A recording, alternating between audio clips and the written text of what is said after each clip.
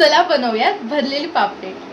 खायला इतकं जबरदस्त लागतं तुम्हाला काय सांगू। त्यासाठी आपल्याला खूप मोठी पापलेट घ्यायची आहे हाताएवढी आणि त्याला इकडून मधून एका साईडने पोटाच्या इकडून फाडायचं आहे आणि हे बघा प्रॉपर आतपर्यंत एकदम त्याला कारण की आपल्याला भरायचं आहे सो आतपर्यंत एकदम व्यवस्थित खोल असा एक खड्डा करायचा आहे आणि त्याच्याच उलट्या साईडला म्हणजे मागच्याच साईडला आपल्याला असे कट्स करून घ्यायचे आहेत त्यामुळे पापलेट व्यवस्थित शिजते आतून।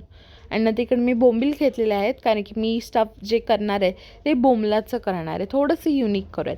आणि मग त्यात आपले रेग्युलर जे मसाले असतात ते पापलेटला मॅरिनेट करून घ्यायचे आहेत, जसं तिखट, गरम मसाला, हळद, black pepper powder, ginger garlic paste आणि लिंबू, अर्धाच लिंबू घ्यायचा आहे। कोकम अंगळ पण चालेल जर तुमच्याकडे असेल तर। मीठ पण लावून घ्या कारण की मीठ लावायला विसरलेली मी, नंतर मग वरून लावलं आणि नंतर व्यवस्थित मॅरिनेट करून ठेवून द्यायचं एका साईडला।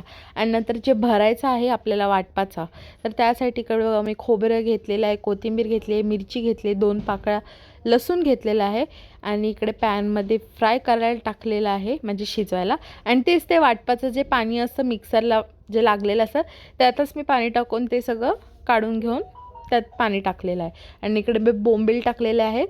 आणि मी इकडे रेकॉर्ड करायला विसरली, जेव्हा मला मसाले टाकायचे होते तेव्हा मी त्यात मग कोरिएंडर पावडर म्हणजेच धना पावडर, जिरा पावडर म्हणजे क्युमिन पावडर, मीठ टाकून ते वाटप बनवलेलं।